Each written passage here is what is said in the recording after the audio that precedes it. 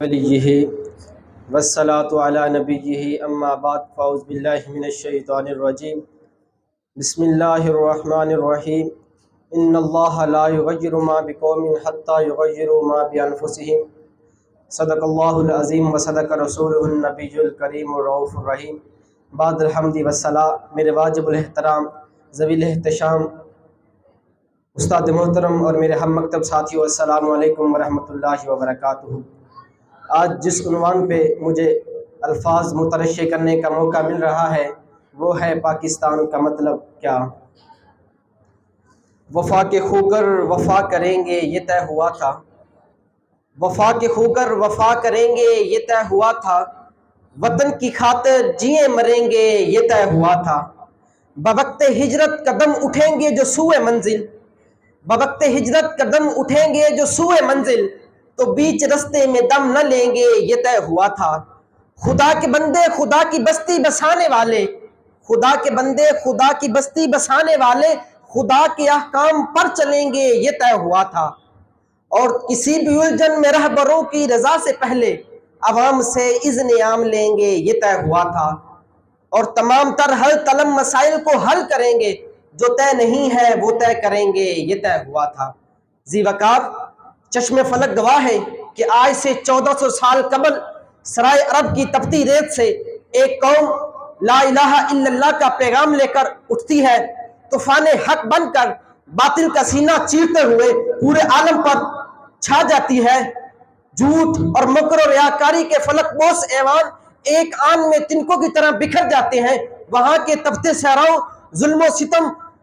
اور باد سموم میں جلستے ریگستانوں میں خدا کی عظمت و تقدیس اور انسانی عظمت و کردار کے منکر انسانوں کی آنکھوں میں شرم و حیا کے پانی کی ایک ایک بوند خشک ہو چکی تھی، جہالت کی انتہا گرائیوں سے ایک قوم نور بن کر اٹھی جس سے سارا عالم جگمگا گیا، قرآن کو شرع لسانی بنا کر عدل و انصاف کا وہ نظام نافذ کیا کہ پھر جا کر وہ بہار آئی کہ ہمارے گھوڑوں کی آوازوں سے کیسر و کسرا کے ایوان لرز جاتے تھے، جس طرف بھی رخ کرتے فتح یابی ہمارا مقدر ہوتی، ساری راہیں ہمارے لیے کشادہ ہو گئی اور ساری راہیں ہمارے لیے کشادہ ہو گئی۔ کبھی سعد بن ابی وقاص کی آواز ایران میں سنائی دیتی تو کبھی یرموک کے محاذ پر خالد بن ولید کا جھنڈا لہراتا دکھائی دیتا، تو کبھی ہند کی سرزمین پر محمد بن قاسم کی للکار سنائی دیتی، خشکیوں میں کبھی لڑتے تھے کبھی دریاؤں میں، دی اذانیں کبھی یورپ کے کلیساؤں میں، شان آنکھوں میں نہ جچتی تھی جہانداروں کی، کلمہ پڑھتے تھے ہم چھاؤں میں تلواروں کی، اور نقشہ توحید کا ہر دل پہ بٹھایا ہم نے، زیر خنجر بھی یہ پیغام سنایا ہم نے۔ مگر آج وہ خطہ جس کو لا الہ الا اللہ کی بنیاد پر حاصل کیا گیا، جس کی خاطر ہزاروں عصمتیں لٹی، ہزاروں ماؤں کی گودیں ویران ہوئیں، ہزاروں بہنوں کے سہاگ اجڑے، آج وہ سب کچھ اسلام ایمان اور آزادی کی خاطر کیا گیا، مگر مسلمان ہند سے آئے اسلام کی خاطر، گھر بار لٹائے اسلام کی خاطر، حیرت یہ ہے کہ اسلام کہاں ہے، نہ یہاں ہے نہ وہاں ہے، تم ہی بتاؤ کہ اسلام کہاں ہے۔ آج افسوس سے کہنا پڑتا ہے کہ وائے ناکامی متائے کارواں جاتا رہا، وائے ناکامی متائے کارواں جاتا رہا، اور کارواں کے دل سے احساس زیاں جاتا رہا، یا یوں کہیں ہم کون ہیں کیا ہیں بخدا یاد نہیں،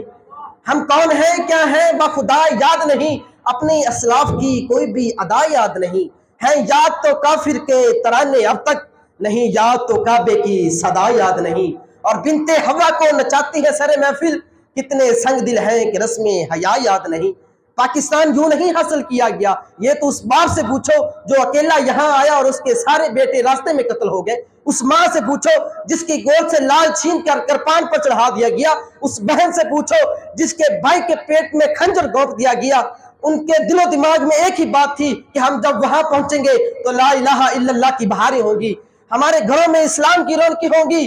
اور ہماری بیٹی کی آبرو محفوظ ہوگی، اس کی طرف کوئی میلی آنکھ سے نہیں دیکھے گا، ہمارے حکمرانوں کی راتیں اشکوں سے لبریز ہوں گی، اور وہ مسلح نماز سے اٹھ کر اپنے تخت پر براجمند ہوں گے، اور ہمارا میڈیا دین کا پیغام نشر کرے گا، ہمارے گھروں میں اسلام کی رونقیں ہوں گی، بہاریں ہی بہاریں ہوں گی، سکون ہی سکون ہوگا۔ مگر آج پاکستان کی حالت سب کے سامنے ہے، اگر چاہوں تو نقشہ کھینچ کے الفاظ میں رکھ دوں، اگر چاہوں تو نقشہ کھینچ کے الفاظ میں رکھ دوں، مگر تیرے تخیل سے فروز تر ہے وہ نظارہ۔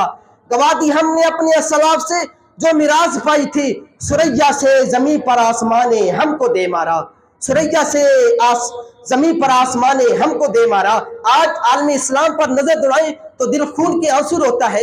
سینہ درد سے چھلی ہوتا ہے۔ وہ انسانیت کو کامل شرف سے آشنا کرنے والے آج مختلف فرقوں میں بٹ کر اپنی پہچان کھو چکے ہیں، اور آج انسان عدل و انصاف کرنے والے آج محکومی اور غلامی ان کا مقدر ہے۔ انسانیت حق و صداقت کی معمولی کی کرن کے لیے بھی ترس رہی ہے۔ حق و صداقت نے مصلحت اور ریاکاری کا لبادہ اوڑھ لیا ہے۔ مصلحت کا طاغوت انصاف کو نگل رہا ہے۔ جنہوں نے قوم کا محافظ و امی بننا تھا، وہی غیروں کے اشارے پہ چلنے لگے۔ سچ بولنا جرم اور حق و صداقت کی پاسداری گناہ عظیم ہے۔ آج کے انسان کو جو دور نصیب ہوا وہ زندگی، بے بندگی، شرمندگی سے عبارت ہے۔ آج غربت و افلاس کا نقطہ عروج پر ہے، اور زوال انسانیت کا نہو کہتا ہوا مستقبل، اور آج تعلیم کے نام پر جو جسم فروشی اور ہوس کا نشانہ بنتی بنت ہوا ہمارے ضمیروں کو جھنجھوڑ رہی ہے کہ بے حیائی کا وہ سلاف جو کبھی یورپ کی گلیوں تک محدود تھا، آج وہ ہمارے دروازے پہ دستک دے رہا ہے۔ اے علم و حکمت کی ڈگریاں ٹنوں سے حساب سے تقسیم کرنے والوں، خدا را میرے دور کی عظمت کو لٹا دو۔ آج حکومتی ایوانوں سے بھی کذب و ریاکاری کی باز گشت سنائی دیتی ہے۔ یہ خود غرض حکمرانوں اور کم ضرب سیاستدانوں اور فرعون صرف جنگیرداروں اور قارون کی مانوی اولاد اور دم کٹی بیروکریسی نے اسے گھڑی کے پنڈو عالم کی طرح ادھر ادھر گھما رکھا ہے۔ نہ اس پہلو قرار ہے اور نہ اس طرف استحکام ہے۔ یہ اپنی عیاشیوں میں مست سیاستدان